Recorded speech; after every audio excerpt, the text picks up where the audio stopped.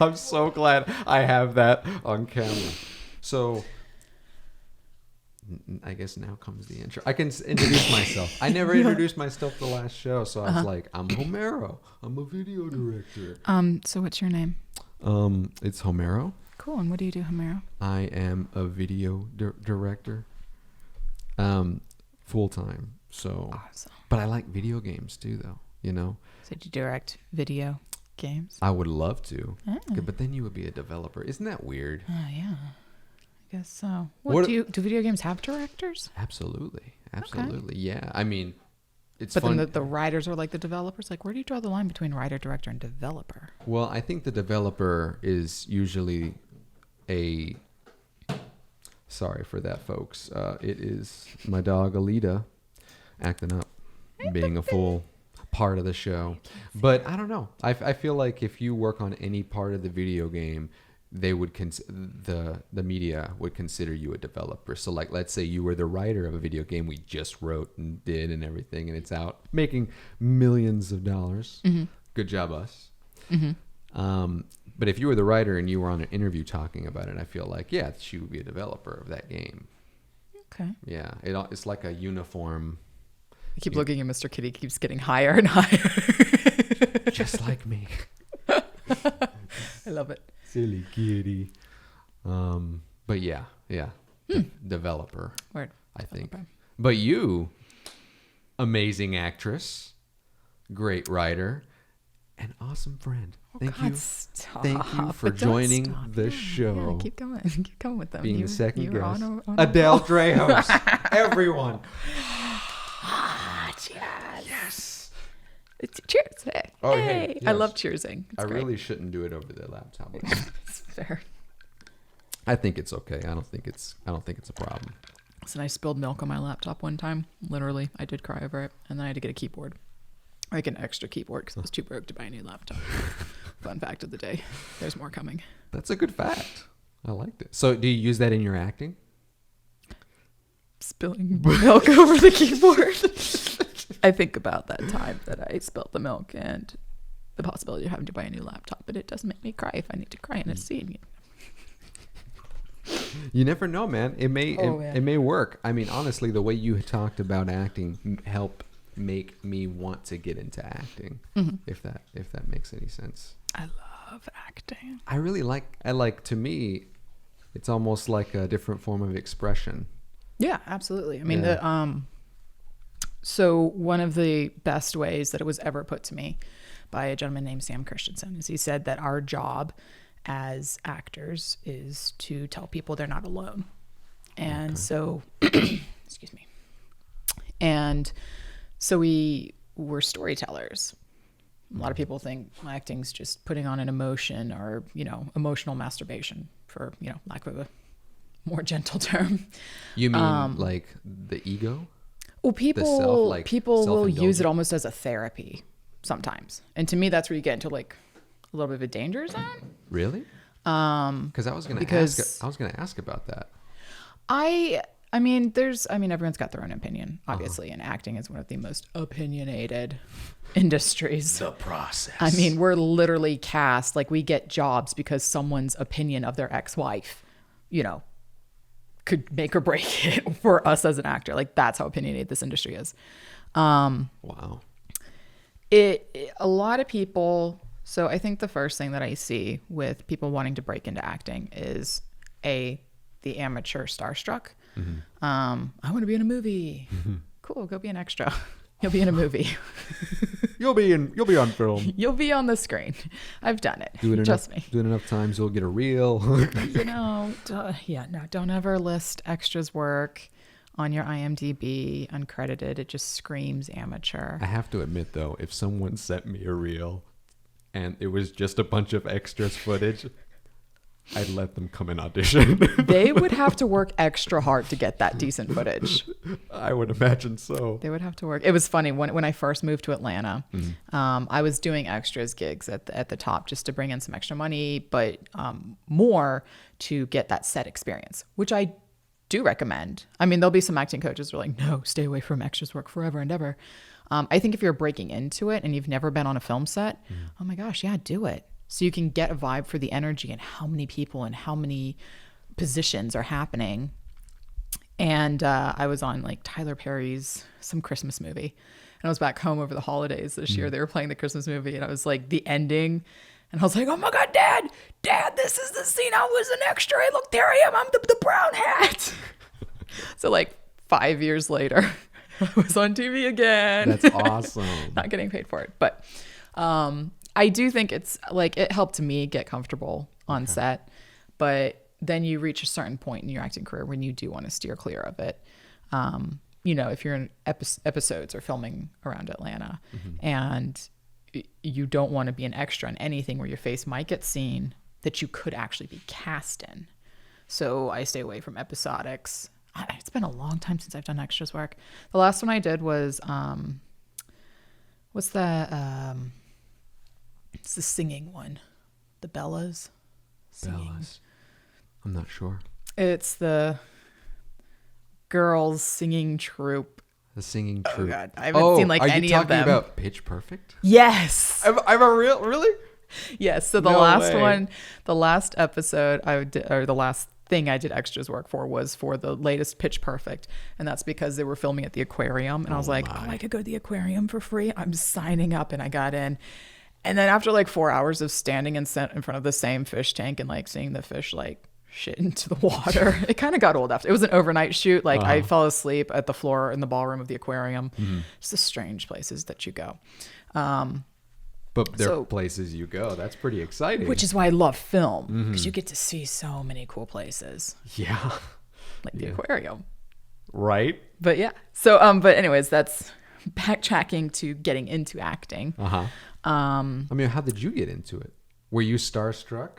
Oh God, no, boy, I have been acting for as long as I could walk. Really? You could say story begins with the church Christmas pageant. There you go. If you want to go that far back.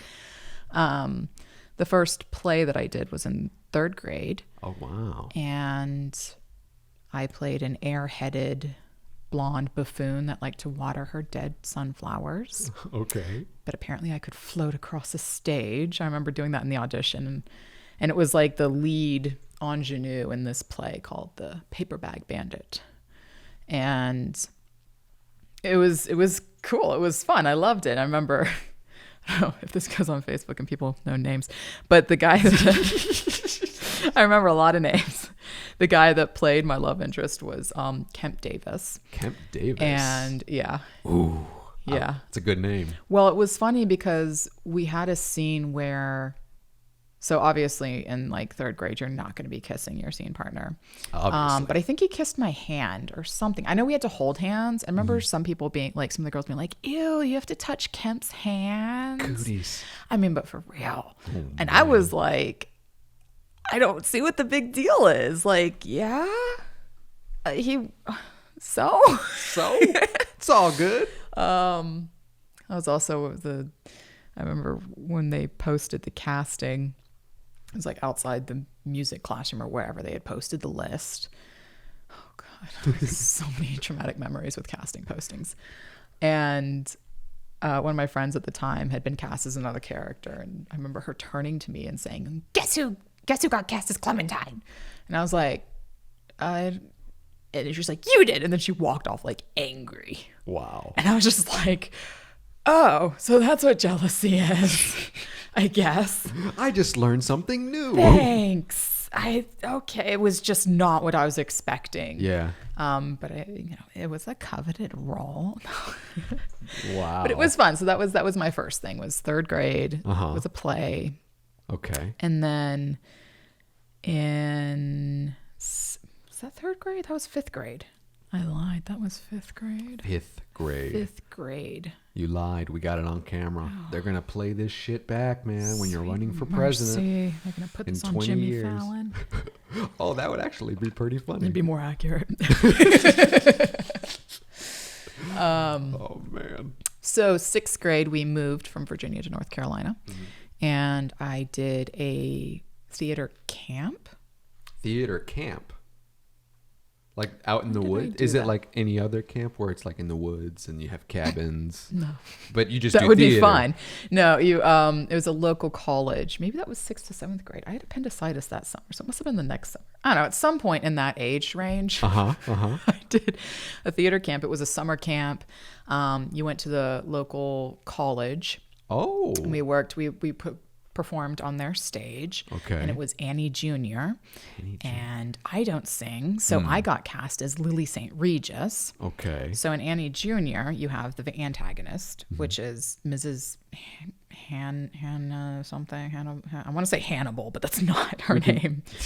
Hannigan. We can call her Hannibal.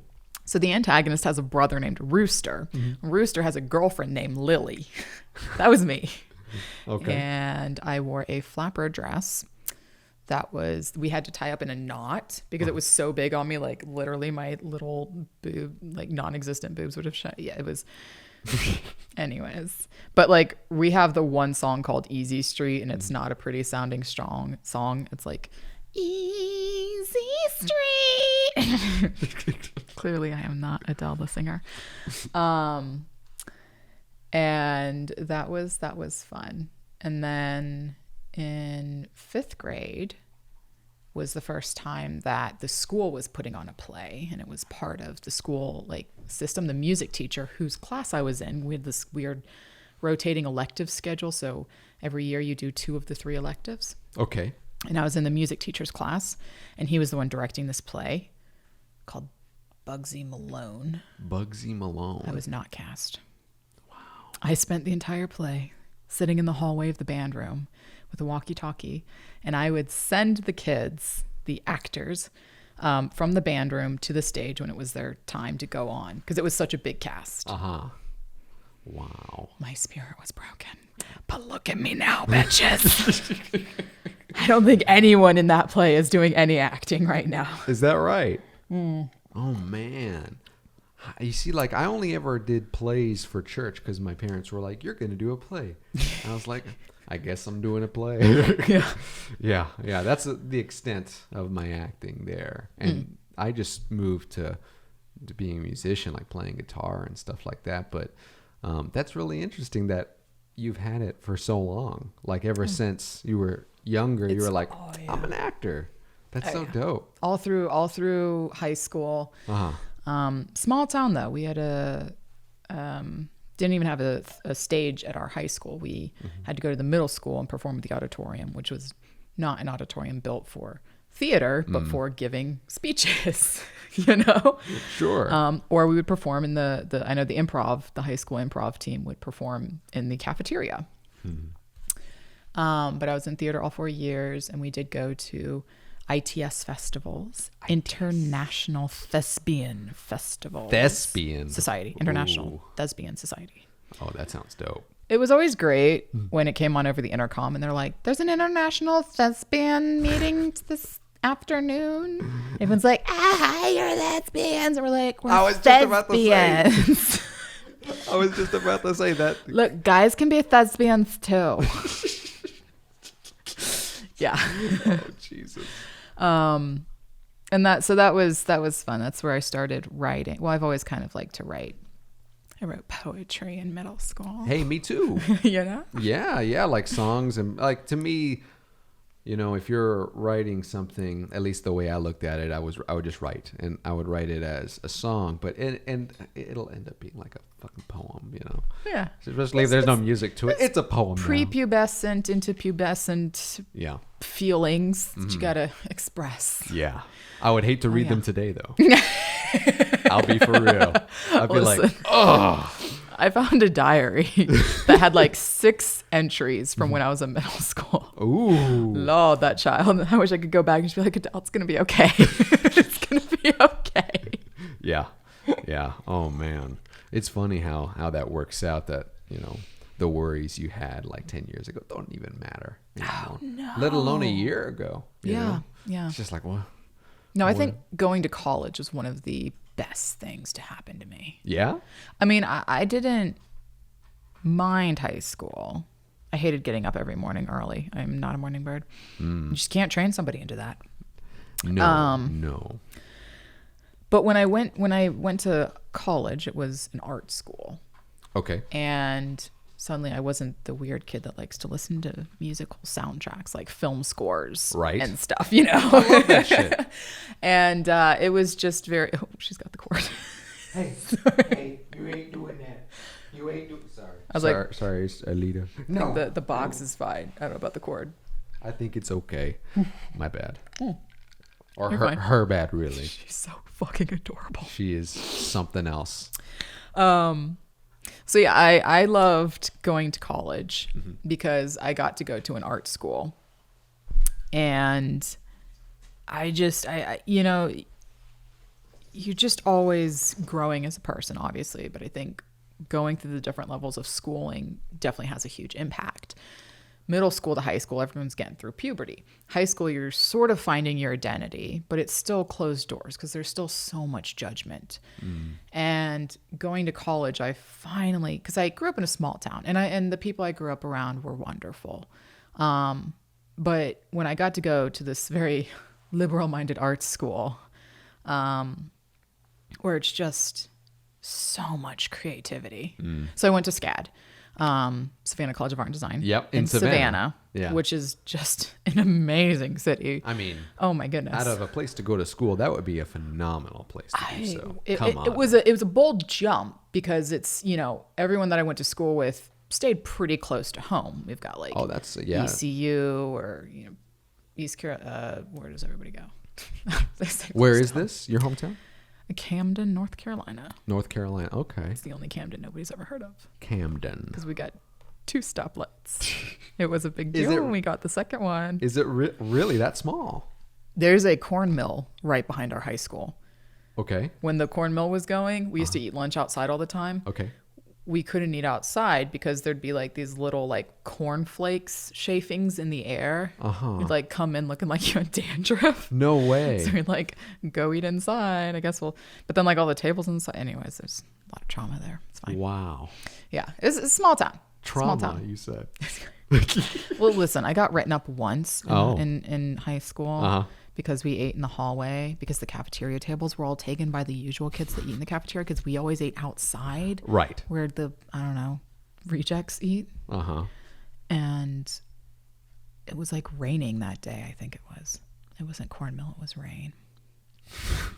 And we're like, we need to eat. So we just sat in the hallway. And one of the teachers wrote us up for eating in the hallway. That bitch. Right? Look at me now. Enjoying her sparkling red grape juice. Wow. Listen, is the shit. I'm glad you like it, but I actually agree. College, best thing. It's the best. I kind of wish it happened a little bit during high school, and it did for me a little bit. Because, like, I don't know, that last year, dude, a blur.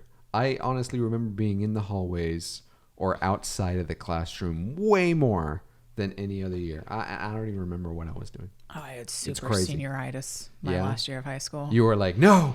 No, I was just done. Oh, you were spent. Like, I should have been in calculus because I took pre-calc my junior year of high school. And I should have been taking like college calculus. And I was like, I am never going to use that shit in my life. I'm going to art school, bitches. And I took discrete math. Where we had a 2-week-long ping pong tournament. Oh, shit. I made the best choice of my life. I got a study hall. Nobody had a study hall.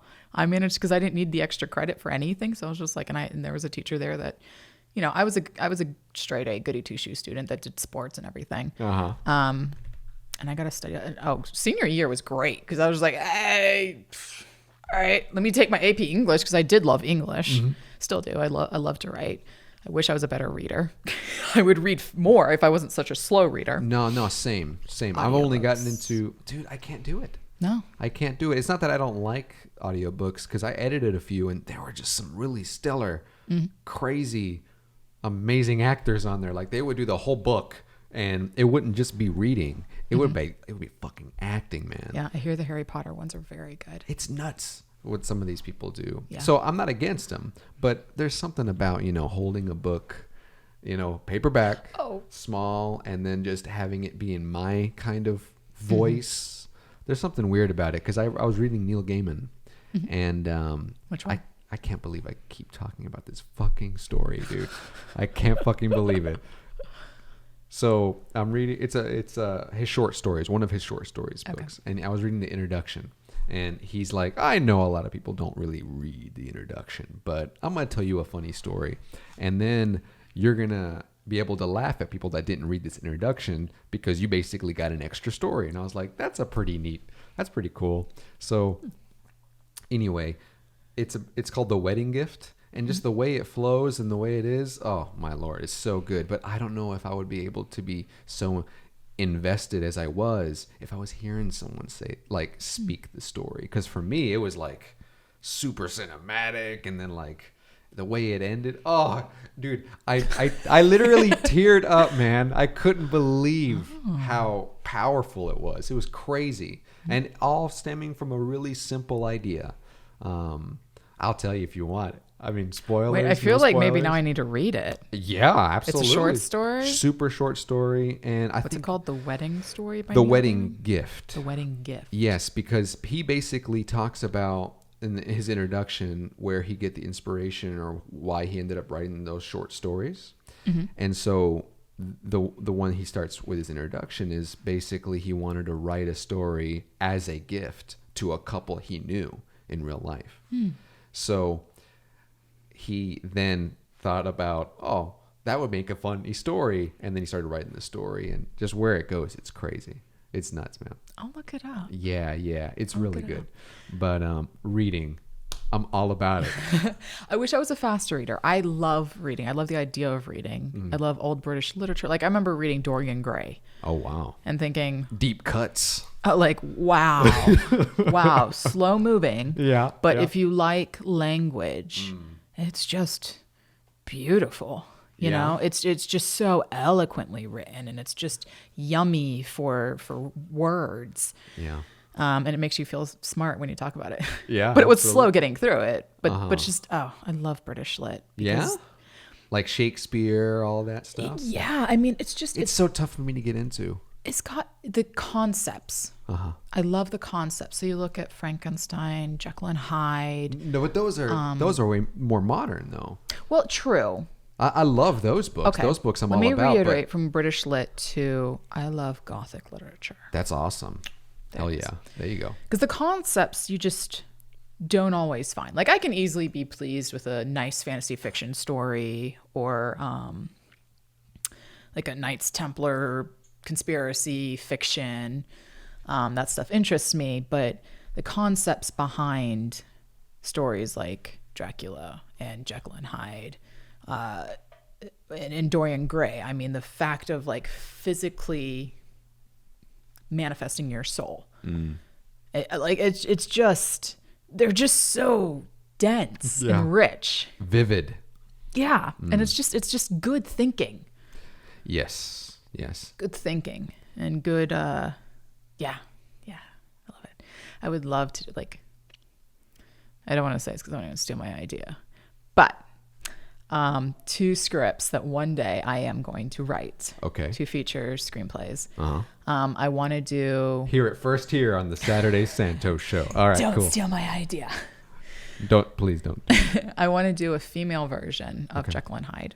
Okay. And I want to do a female, probably some kind of dystopian-esque Count of Monte Cristo. Okay. Oh my God, I love that story. It's a great story, dude. There's a musical. There's a musical to everything, dude. Oh, it's so good though. It's crazy. I mean, one of the songs. You've listened to it. Oh my God, like on repeat. So it's only like been performed in America like once.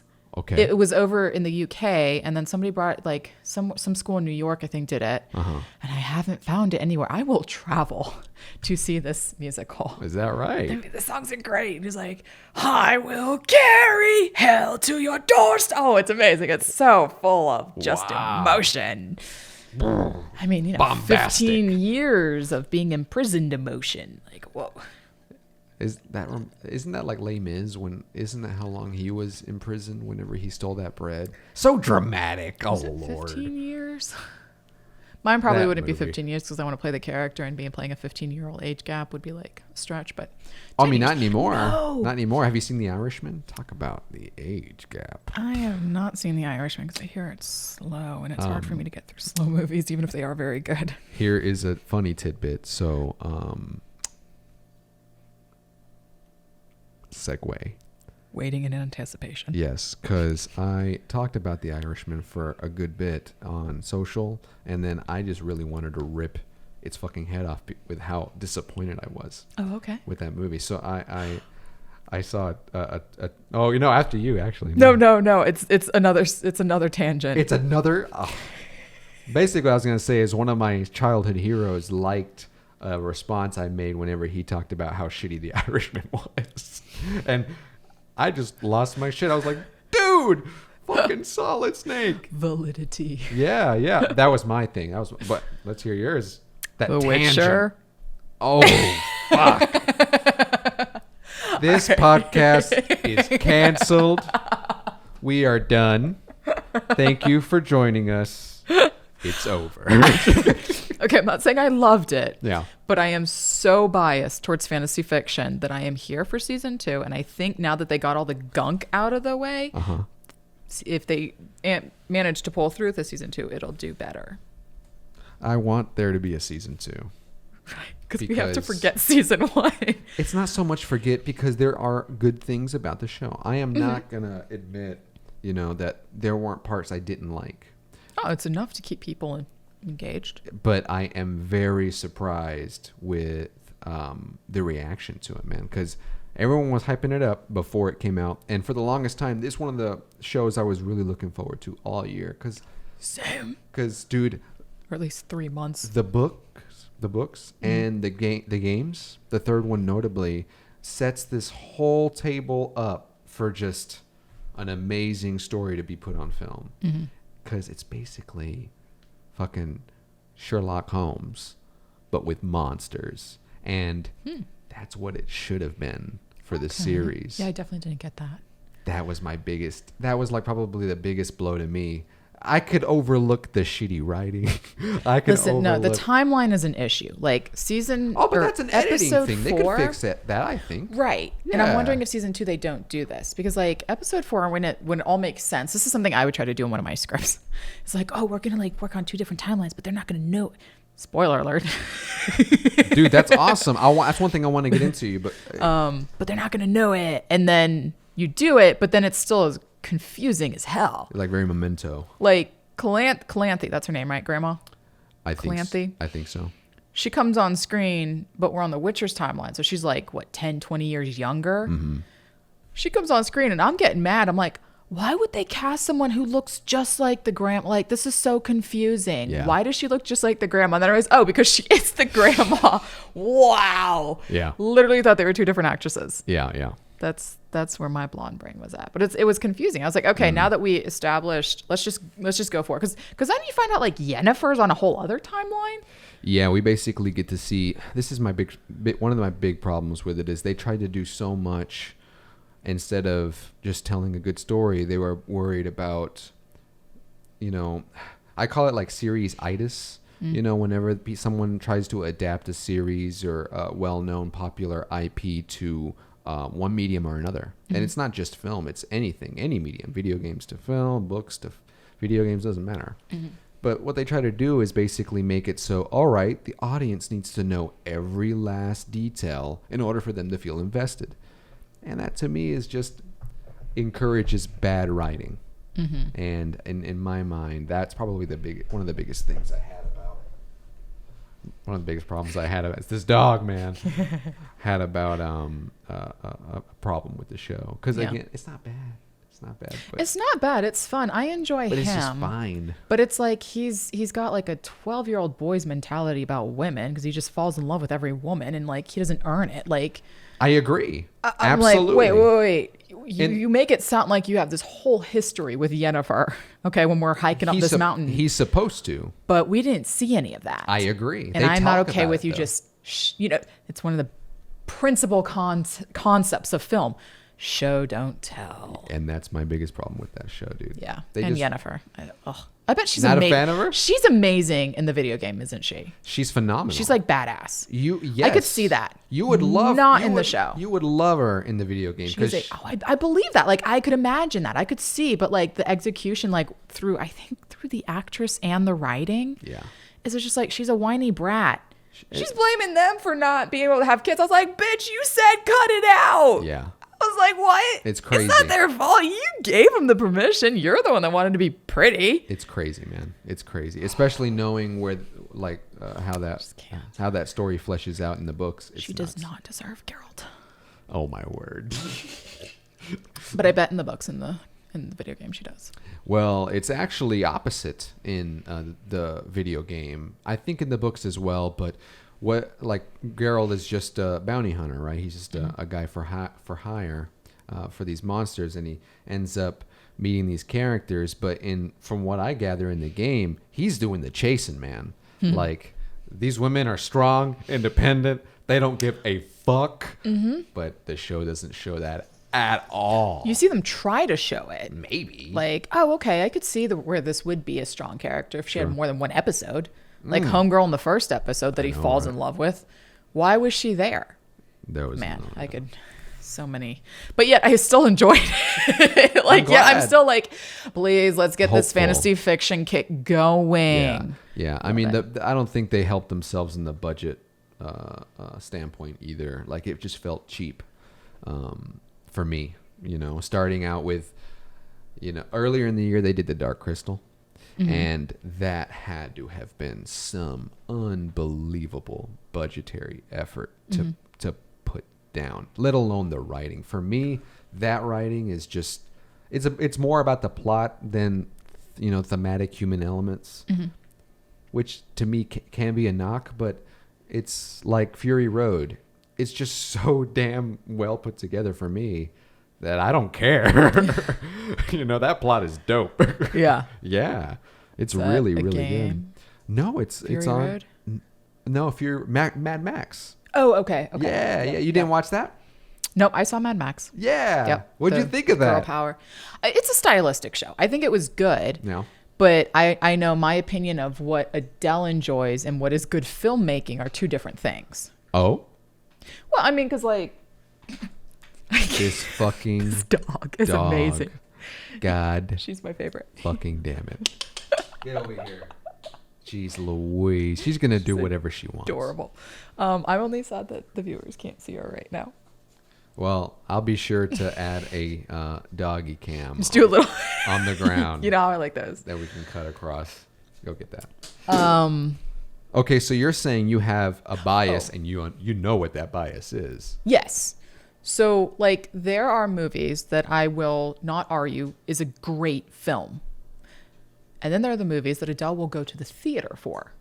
Okay. Right? So and some of them sometimes they coincide. Sometimes. Like, what would you go see in theaters right now? So I just saw Little Women. I wanted to watch that movie. Is it It's good? great. God. So many feels. Yeah. Is it like? Yeah. Because I kind of feel like that kind of film. I don't care. I have guilty pleasures. I like to cry in movies. Tell me a Listen. good story, dude.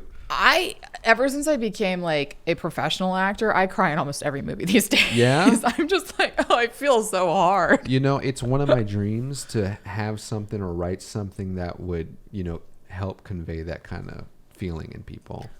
It's crazy. One of the, I think, a defining moment in my acting life. One thing that made me realize like the amazing power that actors have is I was doing I was helping out with the Christmas service at church. Okay. And I had written a monologue from Mary's perspective. Okay. And I was probably junior in high school now. Okay. So around 16, I think. And, Mary was like around 14. And I remember delivering this monologue and talking about holding the baby and the future and all this stuff. And at the end, like the women in the congregation were just bawling. Really? And I was like, I don't know what it's like to be a mother. I'm in high school. I'm like 16. much less the mother of Jesus. And A kind of important guy. a kind of important guy. Kind of left some important history on the world. Maybe, we don't know. I'm Well, listen, real dude. More proof that Jesus walked I'm Earth just than Constantine, Oh, who is was that apparently right? a descendant of mine. Keanu Reeves? You know, I enjoyed that movie. I did. Fantasy fiction. But anyway, so I'm delivering this monologue, and this congregation of women is just in tears. Like, you can hear them sniffling, you see them pulling the tissues. And I just remember thinking, like, oh, I am powerful. I can command I emotion. did that. Wow. I mean, but it is like this. I don't know. This I don't want to say like addiction, but there's something very satisfying and very gratifying. What's the word I'm looking for? There's something in it when you put on a play and you know you're affecting the audience. You know that you're making them feel. And that is just intoxicating to me. Yeah. Because that is us at our purest, you know, when we are just vulnerable and open to feeling. And some people are super emotional people. You know, some women cry at every Hallmark movie. But then a lot of people are just very stifled and just fall into their rhythm of job, career, family, job, family, job, family. Yeah. And I mean, I don't know. I'm not a 9-to-5er. I'm an artist. So like emotion is my job. But I feel like there's such a power in film and in movies to tell stories, to inform people. I mean, so influential. Like, you influence culture. yeah. I mean, like they're so important. And so if a film comes with an agenda to enlighten you on a certain topic, like just the power of that, but like, man. I can agree with you totally. It's got the film, especially just because it's just visual and it's almost a passive experience for the audience, for them to just relax. You know, to me, video games, books, all that can do the same thing. Theater as well. But to your point, I just lost my train of thought. Don't you hate it when that happens?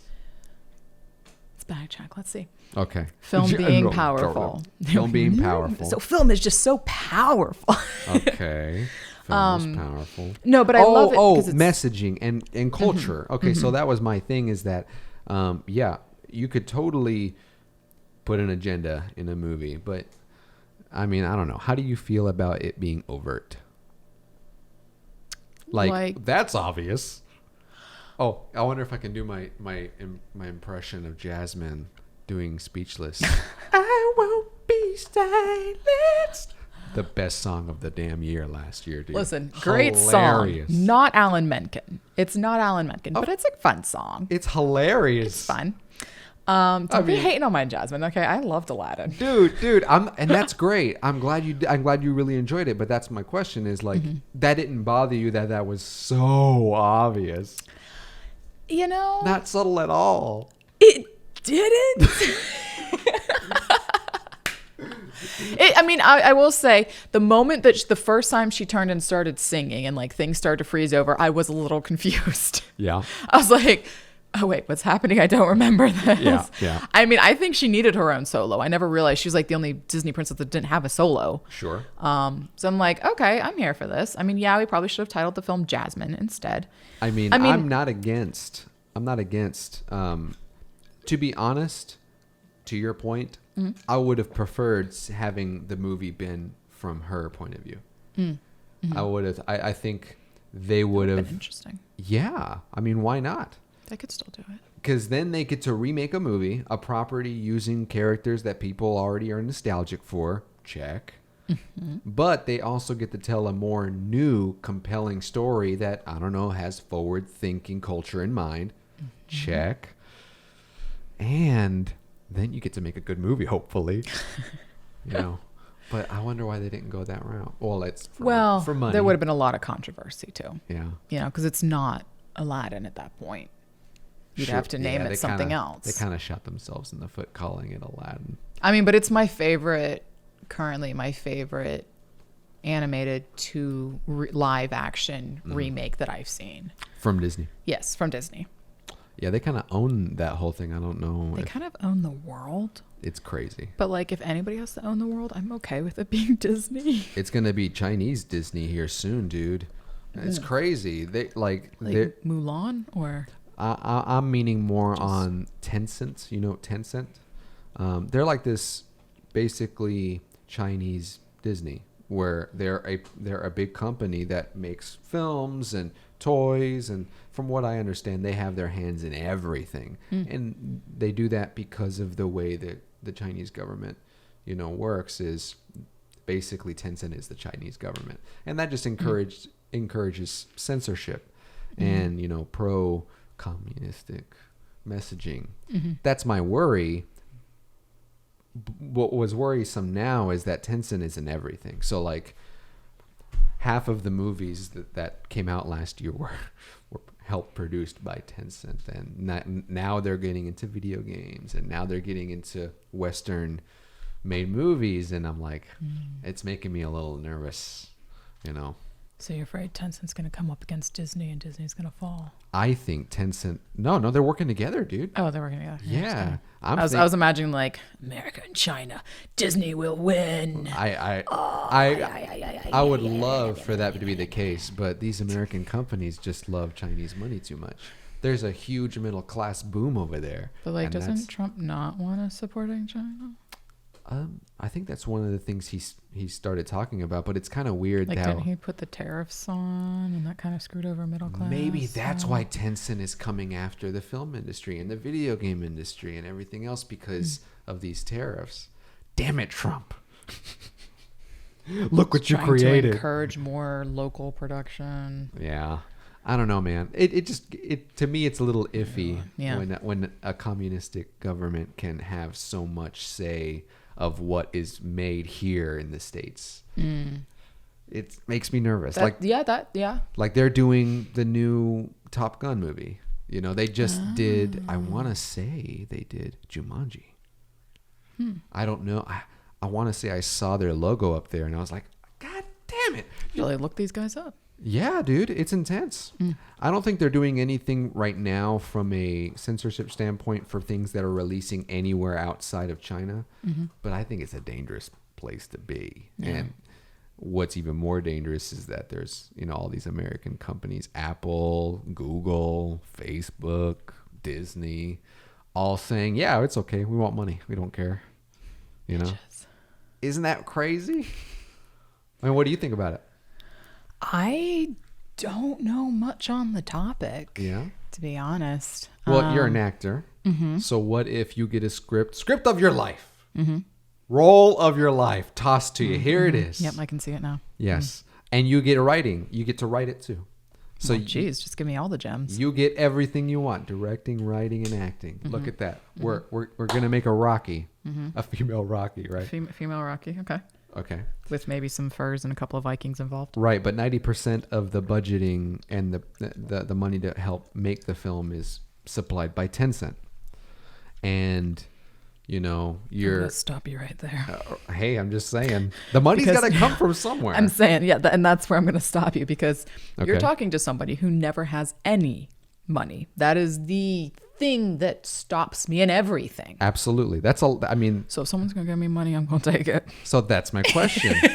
even if they were like, you have to, this script, Adele, you're great, it's awesome, I love the story, but this script, I don't like that there's a gay person in it. I don't like that. Can you change that? Can you make them Well, then that would have to be a case-by-case basis. Oh, is that right? That would because... Like, where's your line? Because that, to me, is what I'm afraid of. Where they start censoring. I don't know if we live in an era in America where they could do that. Even Disney, which is one of your most conservative, old-school genres, sure, is starting to push the envelope. Now, some would argue, because everyone's got an opinion, that it's a joke. How so? So I have a friend that recently put a post up and is annoyed because Star Wars. Have you seen the latest Star Wars? Yeah. Okay. Yeah, all opinions aside, Okay. there's at the very end, there's a gay couple that kiss. Yeah, and Okay. I heard this story. And some of the LGBT community is almost offended that they're Why? teasing this. And this is where I don't have a say because I'm a straight person, but I think like they're annoyed because they're teasing this and they're using it to pull in the LGBT community to the films by saying like, hey, there's this gay couple, but all they get is like this kiss in the background. You want to know what I think about the people that do that? I think some people just need to be happy with representation. And Happened in Beauty and the Beast. to me, it's like if you're going to be represented and that's what you've been asking for, beggars cannot be choosers. You know, you have to make it a slow advance in the culture first. Mm-hmm.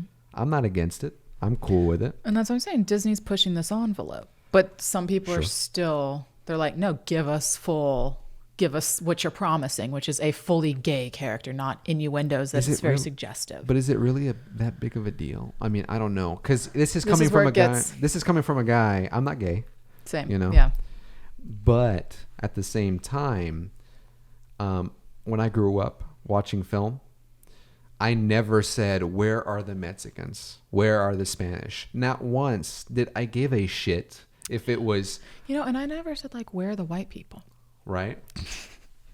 But Where never are really, the suppressed Irish? it never really bothered me, you know? Mm-hmm. I don't know how that feels to have that want. Right. So to Well, me, and for it's the black like, community, like I don't know what it's like when they finally made Absolutely. Tatiana the frog prince. sure. You know, to have a princess, like I can't imagine what it's like to go through your childhood thinking, why don't none of them look like me? But what I'm saying is like Maybe it's, Disney's pushing that envelope. maybe that's a privilege though. of what censorship I is. just thought maybe that's just a privilege we have, that not knowing what that is. Oh, it's absolutely. Yeah. I mean, it's a white privilege. Yeah. It's like I've never had to experience that. Yeah. I'm white. Yeah. So I mean, maybe from that standpoint, I can see So I think where that can be- censorship is that we're budging slowly forward. I don't foresee it really taking a step back. I hope you're right. I hope you're right. So that's why But you know, we have with the China thing. But we have Hong Kong to kind of see how that would play out if that were the case. Are they still like in a war over there? It was just a lot of protests. It's crazy. Did you know anything? It was like a college on lockdown, like Dude, throwing fireballs. do you know about the story? I mean, I know that like Hong Kong was under like British rule and China wanted it back, Uh-huh. and they're like, yeah, but not right now because our contract still said this many more years. Yes. And so there's a huge political thing over who gets to rule Hong Kong. But where do you know where this all started from? Someone was like kidnapped. Or Yes, it broke was a law. murder. Someone was murdered. It was a murder. Who was murdered? It was a young girl. I want to say it was in the Philippines, or she was from Hong Kong or something like that. And it was an extradition issue.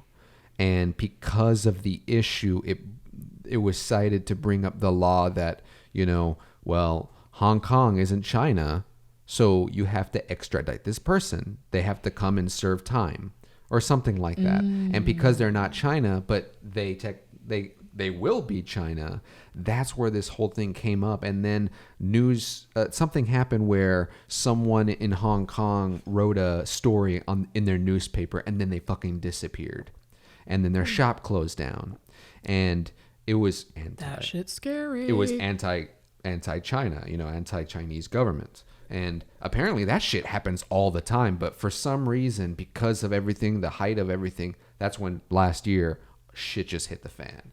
And it was just like, we want democracy. And they were like, you will not have it. I'm like, but the contract says like China won't own Hong Kong for another couple of years. Like 50 years or something like yeah, that. so it's like y'all, it's in the contract. You can't be bringing this up. You got no say. But they're But I guess it's not agree. black and white. Oh no, they're going to go ahead and take action because, you know, I think, what was it, 15, 20 years ago, Hong Kong was the biggest economy in China, in that part of Asia. And because of the boom of the middle class, well, now they have, Beijing. They have 3 little Hong Kongs in economically in China.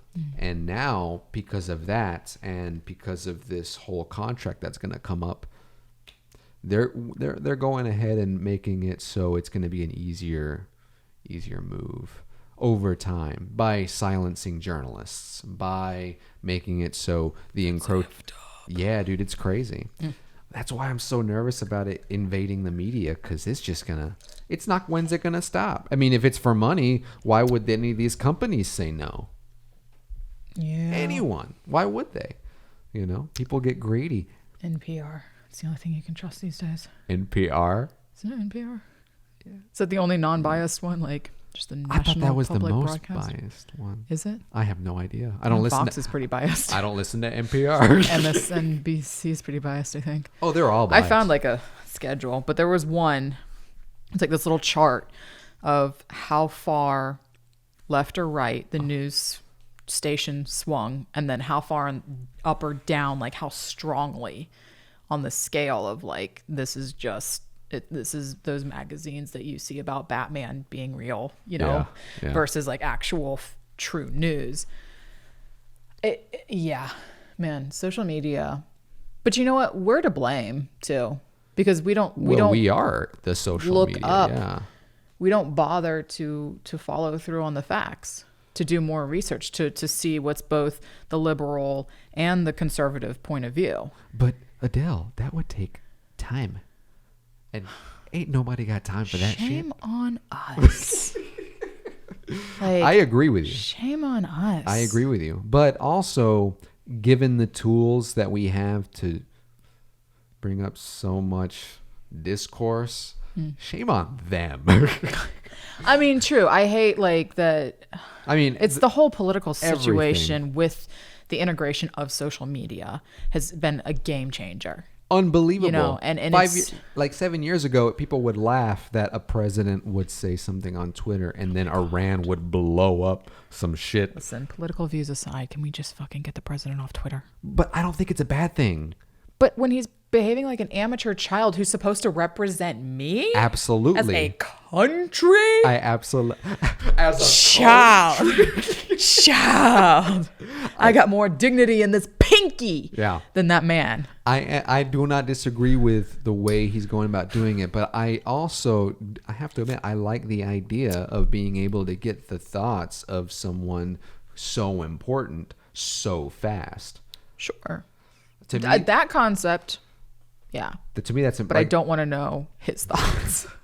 Give me somebody else. Specifically. Him specifically, because they're not useful.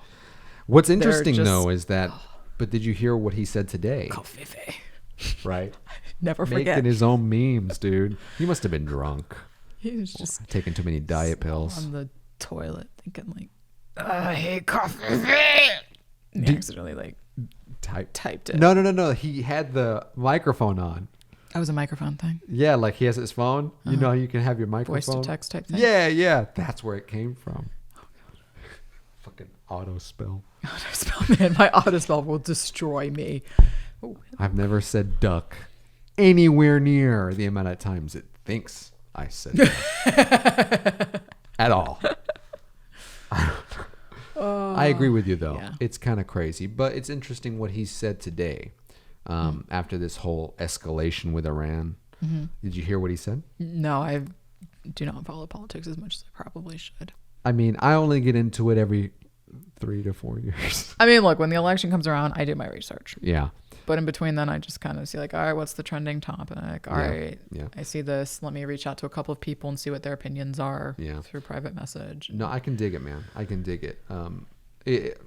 Ever since the beginning of the year, last year, I got into it because of Andrew Yang. And then I was like, I guess I'm going to get into politics now.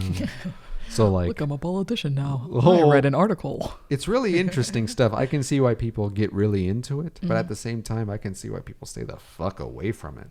So I'm like in the middle where I'm like, that's an interesting story. That's really interesting. Fuck all of you. Like I want to stay away because I want to live a happy life. Yeah. But ignorance is not always bliss in these certain situations. I mean, it always sucks to know things, but like you need to know because it's just like get out there and vote. Right. This is turning into a whole political campaign. It's crazy, dude. And you don't want to, like, my issue is a greater, with the whole bipartisan system. So Like the two parties? Yes. The fact that people will vote just based on their party. And I wish that we would put all of our candidates behind a black curtain and do this dating show style and just go through. But then you would have the people saying that they're not being represented up there. What people? I mean, the same. Everyone's an independent. Now. So they don't want to admit it, but sure. But there are a that's lot how of people the that system will. should be. But so you hear what these people are pitching, and then you hear, maybe some skeletons. Okay, so. But it's based on their politics, not what party they swing. Because half these people are ignorant. I know people who vote because, he's a Democrat or he's a conservative. Absolutely. They'll And- vote party. Yes, and I hate that because it's like, do you know their policies? Are you sure you still agree with them? Yeah. No, I'm with you completely. But at the same time, I can see that blind, that way where, you really don't see the person. You hear their ideas. I can see that, kind of being problematic as well. Start off blind. Then let them do some speeches in front of the people. I'm just saying, get rid I of like the party system. I love where your mind's at. I mean, I because agree. I'm with you that it should be about ideas and not. And who can present themselves? Absolutely. Who knows how to Absolutely. handle a debate? Who can hold their yeah. ground when we have to go up and talk with foreign, leaders and things are tense and we have to keep it civil? I agree. Yes, I think personality needs to be incorporated with policy. Oh, it has to, for sure. Take away the parties, please. Just- People, think for yourselves. It's kind of weird, man, because I see a future this year that Trump wins. And I see it becoming a self-fulfilling prophecy. The same way it was last go around. The DNC, the Democratic Party. They had their horse and they wanted to play that card. Hillary Clinton, first female president. She's corporate America, corporate as they come. Multi-millionaire. Where did she get her money from? I wonder. I think a lot of it comes from shady deals that she's done, her record, all this. But all that aside is the Democratic Party had their horse. And they kept shoving it down people's throats all year. And here we had Donald Trump.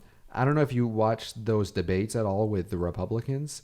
Did you see any of them? Because he mopped the fucking floor with all of them. Here comes this nobody. Well, he's not really nobody, but here comes this guy that didn't have any political experience, never debated anyone, never had public office, a businessman. Which is why a lot of people liked him.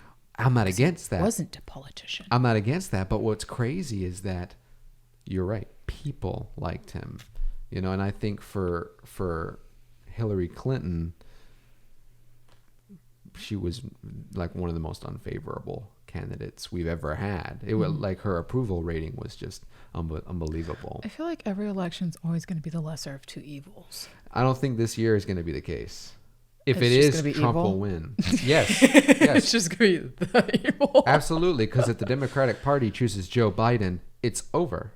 Yeah. It's over. There's just no way he His can. age makes me nervous. His age, he flubs. He's weird. Have you seen some of the clips? Like he'll bite chicks' fingers and he'll like say stupid shit like, "We gotta let the kids listen to the record players." What? Shut the fuck up, old man. Jesus. It's I think we need someone unreal. fresh. I'm with you. I like Tulsi Gabbard. She's pretty dope.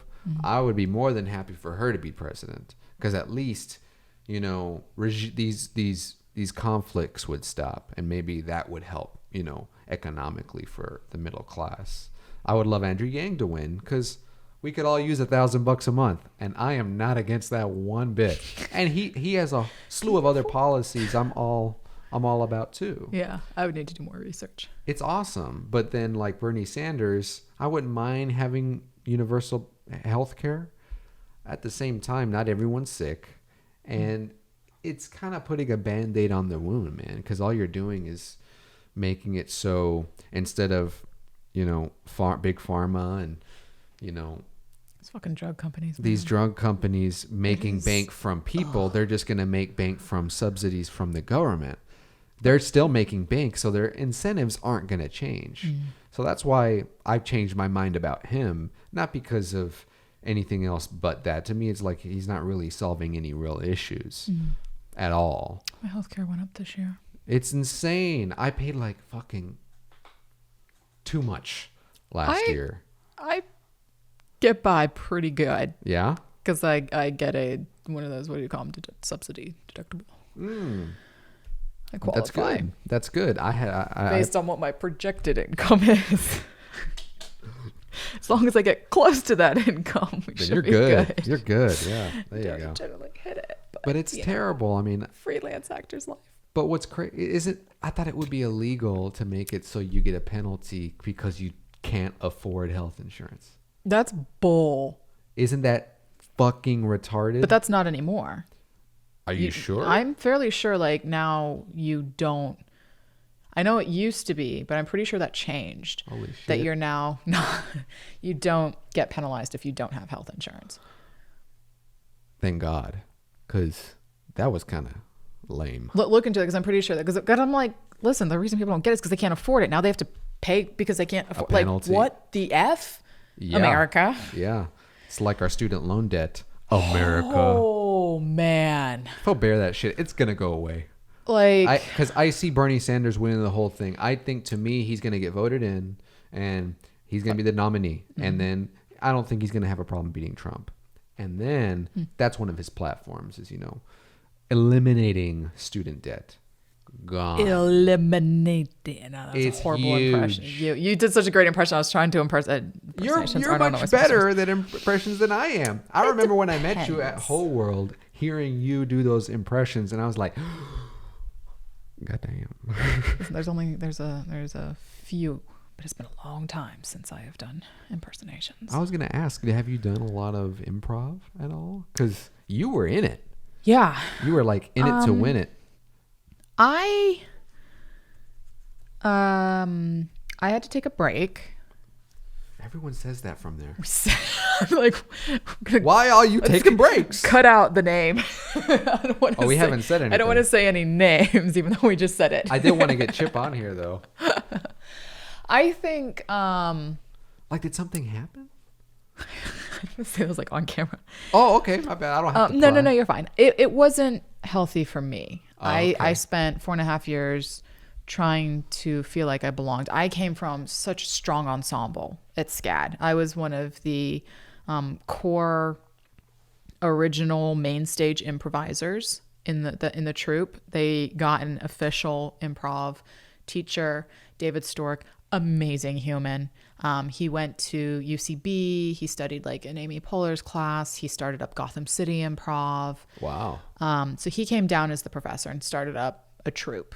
And I was in one of those core troupes, and I did it my junior and senior year, where we had it was the main stage show. Like they would do 2 main stage shows every quarter, 1 or 2, and it was one of those. And we studied a lot of long form. I love long form. Now, what is long form? So short form improv is what you see on Who's Line. Okay, so it's games. Oh, Short form is okay. all Whole World Improv Theater does. Okay. Trying not to say it. Why? I don't want them to think I'm like talking bad about them. But I mean, you can't help how you feel about it. Like, I love them, and I'm sure you do too. But that doesn't mean you can't criticize. Yeah. So short form.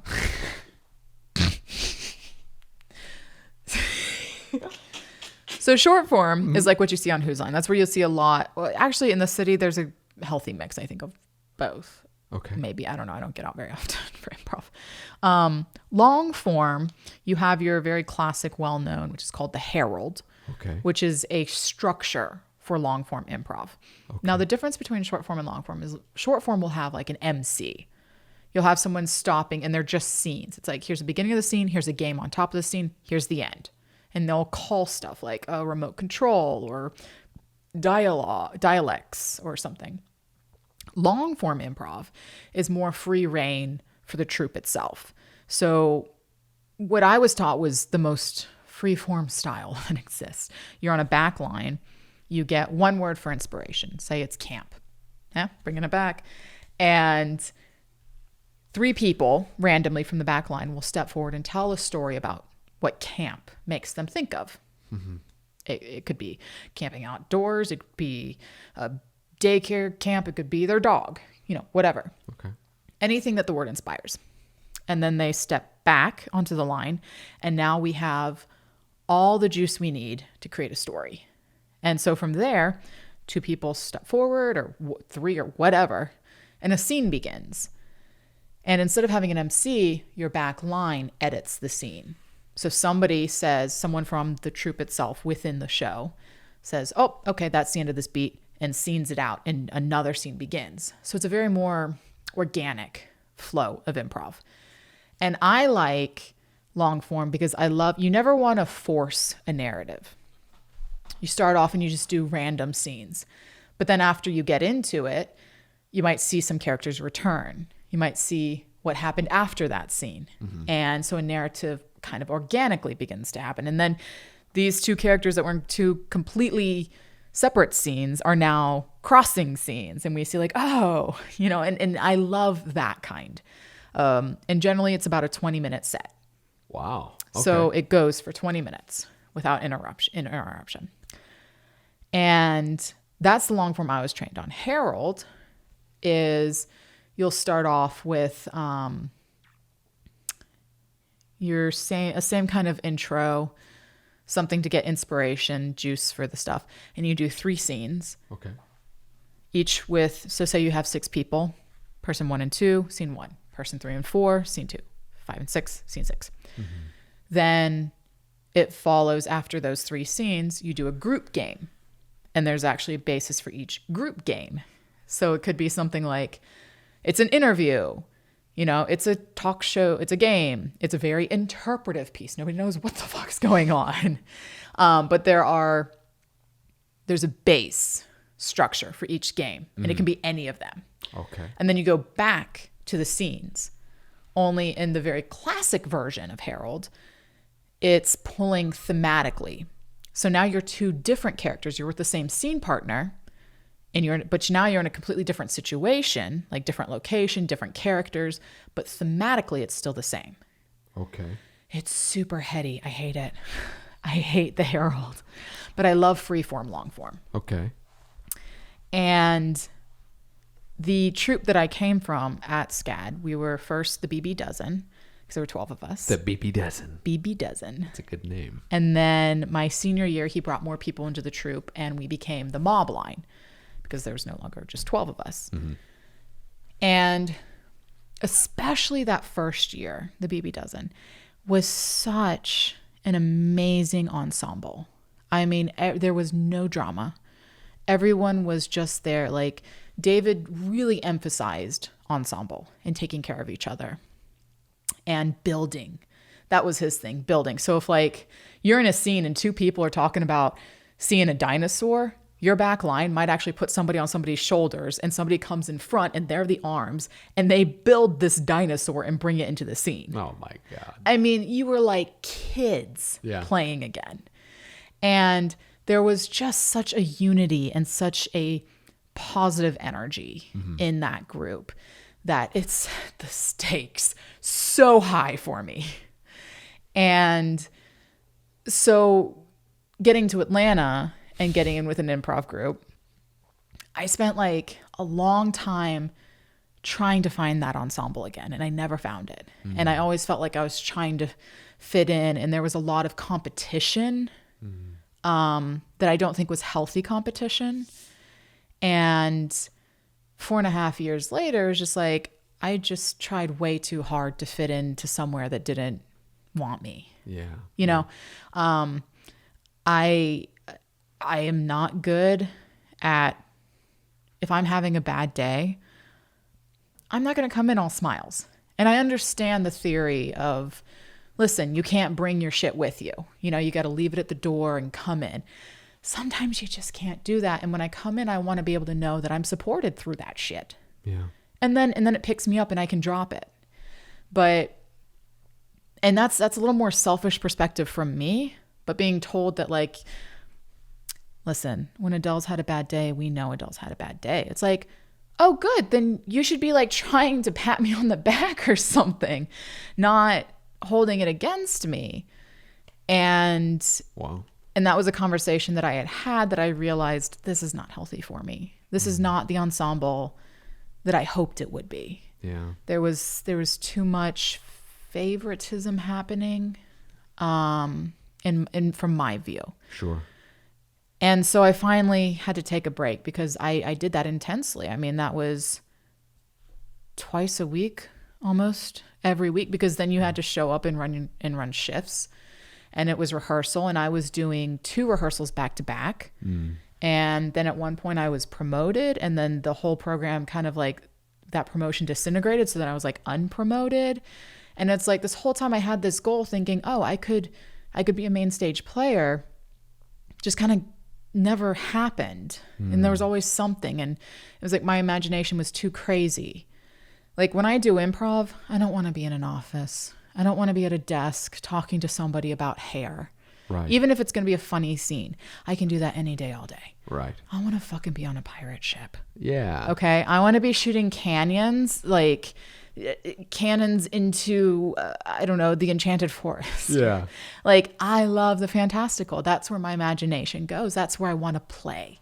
I want to, for once, just pretend that I am a dragon, you know, what have you. Rawr. And, and for some people in this group, it kind of felt like they wanted something more grounded, more neutral, that the imagination was too crazy. Because there is an amateur element to improv when you're coming up with extravagant things because they're extravagant. Sure. For the sake of trying to be funny, so you're pulling something random out of your butt. Yeah. Okay, but that's not me. That's literally just my mind. Like, Right. we're going on an adventure, and what you're holding is not a contract, it's a motherfucking map to treasure. See, that kind of stuff, that kind of imagination, and I mean, I'm surprised wasn't leaned into, because Dungeons and Dragons does that kind of shit all the time. And people are like playing that game with that kind of imagination and that kind of energy. And like the LARPers and stuff. It's crazy, dude. It's a lot of people are into that. So Yeah. But it just wasn't their scene. Right. And it was one of the things that would just, you know, I was like, okay, I see. I just don't belong here. So I took some time off, and it was good, because you should never be anywhere thinking I don't want to be here. Right. You know, and I would have that. Absolutely. I'd be going into second rehearsal, laying on the floor, trying not to cry, because it was just like such a struggle, because all I wanted to do was perform. Yeah. And maybe I got too desperate in my acting. Can't wait. So all I wanted to do was perform, and maybe I got too desperate, and so my improv got desperate and therefore was not strong. I don't know, but it was time to step away. And my other issue, just as a person in general, I'm a severely loyal person. Okay. Like, for better or for worse, it has its pros and cons.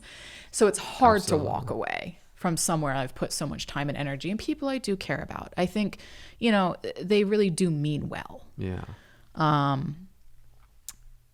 But I finally stepped away, and then I got into an acting class. And so while I was at Whole World, I was doing acting. I was doing like an actor's gym in a way. I was part of this group, and we were meeting 2 to 3 days a week for 2 years, Wow. like every week.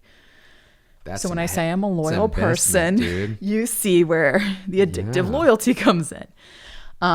So I was still acting, but it was more of a group nurturing kind of. There was no coach. It was group feedback, which has its pros and cons as well. Yeah. Sometimes it gets a little overwhelming, and it's like, this is too much. You have too many opinions. Let's just calm down, you know, but that kept me in the acting, because I couldn't afford acting classes, and doing improv kept me creative. Right. And then mentally unstable, but it's fine. So finally I could step away, and I got into an acting class, and I loved it. Shout out to Jason Warner Smith. Shout out. Who's teaching Strasberg over at Pinch and Ouch now. He was at Rob Mello, also a great acting studio. I'm just going to put all my plugs in here. Let's do it. And the only reason he left Rob Mello's was because of a location thing. And so I studied with Jason for almost a year and then had to take some time off because work got crazy. And then I jumped back in for one more semester to kind of round out a year with him. And I am a big fan of techniques, but a tool belt of techniques. Mm-hmm. I don't care what anybody else thinks. Some other people think, whatever. I'm only Meisner. I'm only this. Good. I like the tool belt. Right. I personally think it's important to have the Strasberg technique. And when you've got a very good grasp on it, which if you're studying with Jason, is going to be about a year. Mm-hmm. It's a slow learning technique. It's again and again and again. It's practice, man. Practice. Yeah. Move on. Go to a more camera technical class. Camera technical.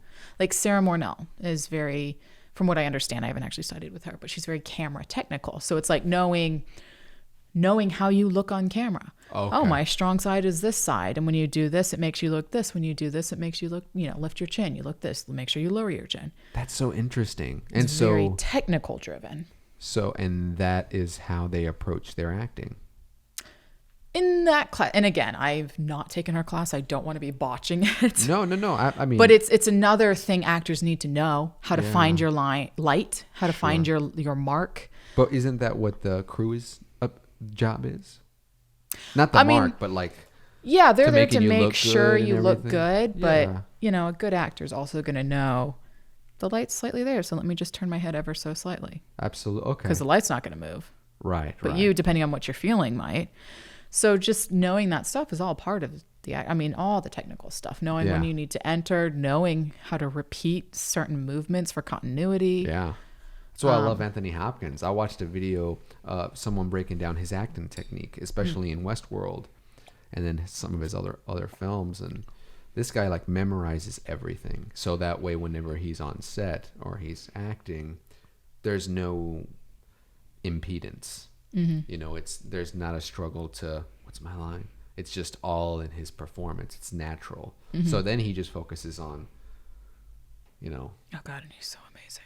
Yeah. He's just so beautifully subtle, and he says so much with it all. With emphasis and the things he doesn't say and how he says things. Mm-hmm. Unbelievable. Like, it's crazy, man, because I want to get into it. Mm-hmm. For one, I don't know where to start. Two, I kind of want to just play around with the idea with stories I write first, and then just play around with me being in those stories or being in other people's stuff. I don't know. But I say classes. But I like the idea of classes, but I also like the idea of not, because there's a few actors that never did. Sure. They go on instinct. There's a few. I don't know. So who would you recommend? And why would you recommend classes? Because people don't know how, you think you know how to act. And some people do have instinct. Okay. They got Luna Lovegood, right? She wasn't an actress. I don't believe but they cast her because Natalie Portman wasn't when she first did. She didn't take classes. Neither did Heath Ledger. But they do now. Well, he doesn't, but I'm sure. Deep cuts. Tell me. I got her class on the Masters the master Academy. class. Yeah, dude. Mm-hmm. It's all about that. About the self. Well, you're already studying then. You're already in a class. Son of a bitch. Oh. I can't escape this shit. God damn it. I highly encourage classes for multiple reasons. It's not easy until it's easy. And even then it's not easy. Sure. Thinking you're feeling something and then actually feeling it are two different things. Sure. And a lot of amateur actors, knowing your tics. Okay. I do it. A lot of times when I act, I lift my chin up. And I have to make sure when I'm taping auditions, why am I doing that? I'm already taller than everyone. I don't know why I should be lowering my chin, if anything. Okay, but here's my question. I don't mean to interrupt. Oh, good. But isn't that what some actors and some stars are known for? Are there ticks? Like Kristen Stewart, who can Or Kevin only- Hart or The Rock or, Jack Black? they have They have like their own ticks. character almost that they just adapt into other. It's almost like a persona. I was just curious. Yeah, if you can build a career off doing one type of character, go for it. You still have to be a good actor. No, yeah, absolutely. Yeah. So that's still incorporating themselves. So like Kristen Stewart, if she's playing a stoner, she's a good actor. If she's doing anything else, I don't think she's found her way yet, because she's still so Kristen Stewart. If you watch, so here's a great thing. Little Women. You have... I need to watch this. I I know. might go watch it tonight. I'm being for real. I've been really excited. So you have Saoirse Ronan. Okay. And you have Emma Watson. Both amazing female actresses. Saoirse Ronan. Is she the one that was in Midsommar? No. Because she was she's phenomenal, dude. I never saw Midsummer. She was in Hannah. What? She was in that Irish movie. What? God, she's been in so much. Hannah. Oh, I know who you're talking about. She's been in so much. Yes. And then you have Emma Watson, who's Hermione Granger. Is that from like Star Wars or something? Harry Potter. I need a drink. I got you. So these two characters. So these they're two both in Little actresses. Women. And they're both great actresses. You watch Saoirse Ronan, and she is the character. I mean, it's amazing. Her tics, her energy, the cadence of her voice. It's different from if you watch Hannah, right? Oh, absolutely. Very different. Anything that she's in, it's always so very like it's crazy. Beautiful. Yeah. Emma Watson, also very good actress. Yeah. But you see this character, she has the same tics that Hermione Granger has. Okay. It's the same. And to me, I'm more watching Emma Watson than I am Meg, her character. I see. So you see the actor, not the character. You see more the actor versus the character. You look at Gary Oldman. Oh my God, fucking chameleon. You don't know when you're watching him in a movie. Unbelievable. He's that good. One of my favorite actors, dude. Right? You don't know, because he's such a chameleon. That's what I would strive for. Because it's He's so very amazing. theater. He's like super theatrical. Yeah, but he just... It's funny because whenever he did The Fifth Element, he did it as a favor because he wanted to make another film or a play or something theatrical, like super bombastic. And he ended up doing the villain for The Fifth Element just out of a favor in order to get, okay to get the other one. But then everyone knows him from The Fifth Element. And it's crazy. And then That's funny. yeah, now But yeah, so The you Dark have Knight, Batman. yeah, right? I mean, Dracula. I mean, he's Oh, just... sure. He's just a chameleon. But then you pull up... who were we just talking about? We were just talking about Gary Oldman. The other guy before all that. Christian Bale. No. Older guy, Hannibal. Anthony Hopkins. Yes. Another phenomenal actor. Oh my Lord. Is he in theater? He's got to be. You think so? Honestly, like all To the great be that- actors are. What? Like really? Yeah. I mean, Kate Blanchett, like my idol. I so fucking good. love her. Her career. Her career. Okay. All kinds of character. I mean, look at Lord of the Rings versus Benjamin Button. Oh, I love me some Benny Crazy. Button. Versus Elizabeth, the Golden Age. Like three very different characters. Yeah. Right? Amazing, diverse actress. She just did a rom-com last year, I think. She did the Ocean's 12 or 11 no. or something. Oh no. Oh, it was a fun one. Is it? Like as long as it's fun. It's one of those movies you watch and it's like, oh, the actors had fun doing this, so I'm having fun watching it. Was it? Oh, well, that's good. Because I was afraid it was going to be again really culturally just. No, it's just a bunch of women doing it instead. Be silenced. I mean, I don't know. I'm a woman, but I didn't see it as like girl power. It was just like, oh, here's the movie, but now it's women doing it, I'm gonna watch it. and it was fun. Okay. Like- if it's fun, I could care Oh God. less. That's how I felt what about is- 6 Underground. Did you watch that? That's That's on Netflix, right? Yeah. I think I watched the first 10 minutes last night and then I changed it. And then you were like, nope. Well, I mean, it's just very Michael Bay action, and I wasn't in the mood for it. I might finish it at some point. I don't know who would be in the mood for that. I watched it all, and I was like, when can I breathe? Like So is it all like those super close-ups and like? It's like I don't like super close-ups. I don't mind them, but they have to be for a reason. Yeah. But Michael Bay doesn't give a shit about reason. No, He hasn't. he since just The cares Rock. about fucking boobs. I mean, there's nothing wrong with liking boobs. No, there's not. I mean, some women. But like when you like boobs more than you like a decent actor, well, what are you talking about? Ryan Reynolds is a great actor. I like his acting. He's got like this persona. I'm talking about all of his Transformer movies. What are you talking about? What's wrong with Mark Wahlberg? He's a great actor. Shia LaBeouf? Dude, you haven't seen Boogie Nights? You don't know my boy. Can't tell if we're being Dirk sarcastic or fucking Diggler? serious. We're being serious I'm right talking now. about the women he casts. What's wrong with the women he's casting? He casts women because they're boobs and their big lips. Um, But they can't. They're not properly You're cast right. in these roles. you're right. They're just models. Okay. Sorry.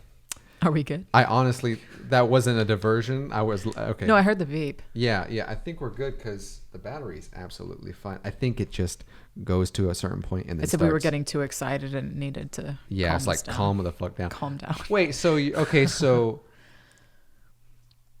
you're Michael Bay upset. is trying to compensate for something. What would he compensate for? I mean, I agree. A tiny penis. So he surrounds himself with boobs and butts and women. I in mean, his look films. at all the female characters Really in any strong, Transformer buff movie. dudes. Even his 16-year-old girl Sure. has thick lips and boobs and is very voluptuous. And it's like, she looks just like the girl in the last movie. Only now I feel weird because she's twice as young. Okay. And into Shia LaBeouf. Shia LaBeouf's not even in this one. Oh shit. He's out of the series now. Damn it. I know. By the way, I would love to see his new film. I like Shia. You know, he went down crazy street, but I appreciate him as an artist. I love Shia LaBeouf, dude. He's an actor. He's a great, good actor. He's a great actor, He's a man. good- and he's and- all about what you're saying about the fucking tool belt. He loves everything, but that's what I was going to ask you is you were talking about the tool belt and all the different techniques, and then you were actually saying that you don't really go for the whole escapism thing, right? Earlier, that's what you were saying. You don't like it whenever people kind of escape, or you were saying therapy. Using it as therapy. Using acting as therapy. But wouldn't escapism be that? I mean, that's what I want to do. I'll be honest with you. Like for me, I love the idea of becoming someone else and then just forgetting about. And then Because to me, you're not becoming someone else. when you're acting, Correct. okay, what are you doing? You're always yourself. You're just taking on different characteristics, but you Okay. always have to bring your truth to your character. So you're not putting on a character. Sure. It's you don't become the character becomes you. And it's not like, oh, my life sucks, so I'm going to go be Batman now. It's, I understand what it's like to be lonely and to want to help people and to be misunderstood. So now Batman is me. Okay. I understand what you're saying. So, I mean, then you don't really prescribe to the whole method acting thing where, you call me this. I'm Bruce Wayne, all right? I'm not Christian Bale. I'm Bruce, all right? And when I talk like this, I'm Batman. Because that's what a lot of actors, at least the ones that, like Jared Leto, he's a big one recently just because of Yeah, the and there's meth. people who never want to work with him. Not anymore. Right? So I'm like, yeah, But if you got to be method. What about Robert Pattinson? I think he may be. And he's phenomenal. He's a great actor. Thank God he broke out of Twilight. Oh. Well, Daniel Day-Lewis. Oh, my But God. here's the thing where I draw He's a method line. as fuck, though, man. Yeah. And I'm all for like, listen, if you have to do a movie where you're doing a horror and you live in a cabin, okay? And so you need to go spend a week in a cabin to get that feel, like, yeah, do it. I would do that. If you have to know what you're doing. If you're going to be a nurse or something, learn something about what nurses do. Go to a hospital. Oh, sure. But that You makes know, all the sense in the world. That's sure. a concept of method. Okay. Where you start to lose my respect as an actor, as a method actor, is when you, like, you're an actor, okay? Your job is acting. It shouldn't be your life. It's your job. Okay. When it says rolling, you're an actor. When they call cut, sometimes it might bleed over, but you got to learn how to shut that shit off. Okay, so if you're going to be like Jared Leto, okay? He's doing Suicide Squad. He did. And yeah. he's super method. And he's sending pig heads to his co-stars. Like, no, you're not in the scene. I don't care how method you are. You don't abuse your relationships on set. Like, when you stop being a decent human because of your craft, you need to take a look at yourself. That's what I believe. Like, you could be an amazing actor, but at what cost? At what cost? Like, at what cost is it worth it? It's your job. Is it worth dying for? Is it worth losing all of your relationships over? That's heavy shit, man. And that's where you get into when you look at Daniel Day-Lewis, right? When he's yelling at people offset. And yeah, I'm fucking... Is that right? I don't compare to him. Is that right? But... I didn't know that. I didn't know. Because, like, whenever you hear about him, you hear about, you know, his roles and how... Some of the extremes he goes to. But physically, I never really knew that he did altercations with people. Well, I heard when he was doing one of those Westerners, one of those slower moving... Amazing film, There Will Be Blood. Yes. Phenomenal. Should have won He Best was Picture. like, between one of the takes, he started like just going off on one of the crew members. Wow. And it wasn't like, you know, on Christian Bale, when a crew member walks in front of you, not that that is excused either. That was funny. But it was something that's just like, you just don't, you need to know you're still a person, and that's still a person first. That's where it gets dangerous. Sure. With method, to me. And that's where I don't care how good of an actor you are. If you're a bad human, I mean, fucking House of Cards. What do you mean? Kevin Spacey? He's a good actor. He's a phenomenal actor. He's a child rapist. We don't know shit. All right. Dude, did you hear the story from the guy? Well, He's obviously like, he's going to have a different story. No. My point is you go with the credible sources, and you have to say that the most credible source is going to be the victim, no? I could argue that. I could as well, but we're talking about the culture we live in now. Whenever he talked about what was going on, he said he was intoxicated. And he said that he doesn't remember whether it was this time or that time. He doesn't even remember where he was. God, that does not make it better. I'm not saying it does, but my point is that because he can't remember so much, could it mean that he misremembered these fucking animals? Misremembered the accounts, you know? And then you hear Kevin Spacey's weird apology about it, you know? I agree with you. It's weird. The whole thing is strange. Something happened. Something totally that should happened. not have happened. I agree, but we don't know what it is. And I'm just saying. What sucks is that... What? Fucking, who's the other guy that was the older black guy that went through the whole thing? Michael Jackson? Dude, he went through his whole thing too. Yeah. Did you see those documentaries? No, I was afraid to. Oh, you need to. Cosby. Bill Cosby. Get over here. Bill Cosby? Oh, sure. That was fucked up. Like, And like, see, but that's how you know it's like, for me, it's pretty, it's like, holy shit, this shit went down. Yeah. You know, like 40, 50 women were like, this is how it went down. All of them the same. Mm-hmm.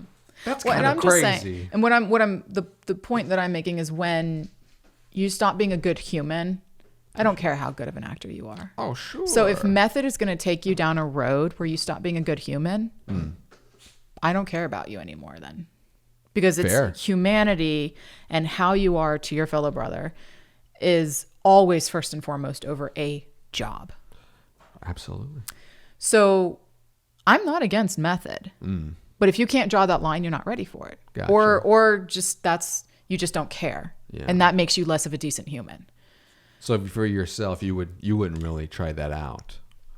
You really, No, I would totally try would method, go- but I know where I can draw my lines. that line. Sure. That's fair. So we do, we've done an exercise. So this is a Meisner thing. All right. So we've talked about method. We've talked about Strasberg. Here's Meisner. Meisner is putting it all on your partner. And there's a exercise. And I would highly recommend Rob Mello if you ever want to study Meisner. Okay. Can we do the exercise right now? Yes. Yay. Okay. So Show, don't tell. in the, well, but we're on mics. So in the very, very basic form. So when Meisner first started teaching this, it was very simple, and it's your shirt is red, and you repeat back to me, my shirt is red. My shirt is red. Your shirt is red. My shirt is red. Your shirt is red. My shirt is red. Your shirt is red. My shirt is red. Your shirt is red. My shirt is red. Now, and then eventually you're going to make an observation about me. Your shirt is green. My shirt is green.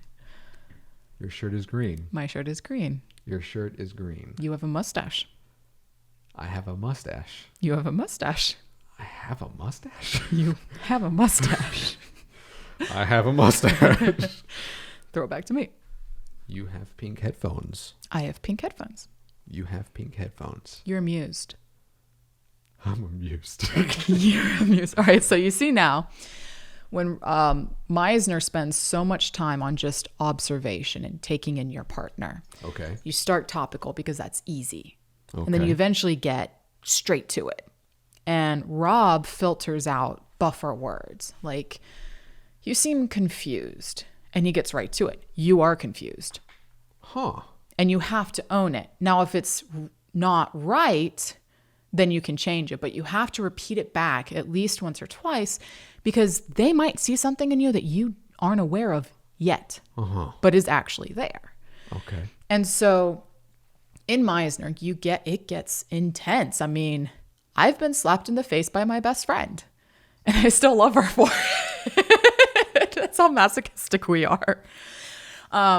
You laugh, you cry, you break down barriers. Like, Meisner is such beautiful work, and I loved it for the sake of, I learned a lot about myself, and that when I cross the line into the exercise zone and I can drop Adelle's moral barriers and just go with instinct, I am a manipulative bitch. I love it, right? But then when I step back over, it's like, no, Adelle wouldn't do that, because I also have like a heart and feelings, and I care about people. I'm like a person? And I'm like a person. But if I have the freedom to let that go and just go on pure instinct and how I feel in this moment about the person across from me, I like to challenge. And I tend to do this in my daily life too, but like, I want to challenge them, and I want them to try and break me. And a lot of times that tends to be very intimidating for other women, and I can't get women. And then they just like break down, and then I'm like, ah! They break down? I've been mean to a lot of women in repetition. Okay. So here's the danger. When you can't draw that line. Okay, so it's going back to the same method thing. When we were doing a repetition exercise, and so when I was doing the improv, and we're doing the actor's gym, Yeah. we would do repetition 2 to 3 times a week, every week for like 2 years. Wow. It's so emotionally draining. I mean, could definitely leave and be exhausted the rest of the day. And we had 2 guys who were going at it one time, and one of them was dealing with a lot of insecurities, and another guy was hounding him. And this is the place where it's the safe place to go there. And the guy couldn't take it, and he just walked out upset. And it's like, no, you got to come back. You have to face it. Like, you don't have to finish it, but you can never take yourself out of rep. Someone has to tag you out, because when you are out, you're out. Okay. And this is why, like, you have to go into a scene, day 1, and be in love with your scene partner. Or maybe it's day 57 on set, and you've got to be in love with your partner. And you have, some grain of you has actually got to feel that if the camera's going to pick, because the camera's going to pick it up. But when you're done with that scene and you got your family and they got their family, you gotta fucking drop it. Or you gotta go do something that helps you get back to you. And that's why you don't want to recklessly go into acting. And these are my emotions and this is me, because you're playing with your emotions and you are taking down all your insecurities and all your vulnerability and all your barriers. And you're just saying, hey, here's my heart. And that is tough, and that is mentally challenging. Vulnerable. That's what makes a good actor. Any actor. When they're good, it's because they have vulnerability, because they have empathized with this character. You never want to judge your character, good or bad. You always find what drives them. And you empathize and you open up your heart and you're saying, I'm going to live this for better or for worse. And then at the end of the day, you're done with the job. And you got to go home and you got to figure out how to get yourself back. I think, oh God, who was it? It was the actress who was in, was it Moonlight? Fuck, was it? No. Okay, it was black actress, beautiful. Okay. I want to say she was bald in the film. It was a very heavy film. Emotionally? Yes. I can't remember which movie it was, and I can picture her, but I can't think of her name. And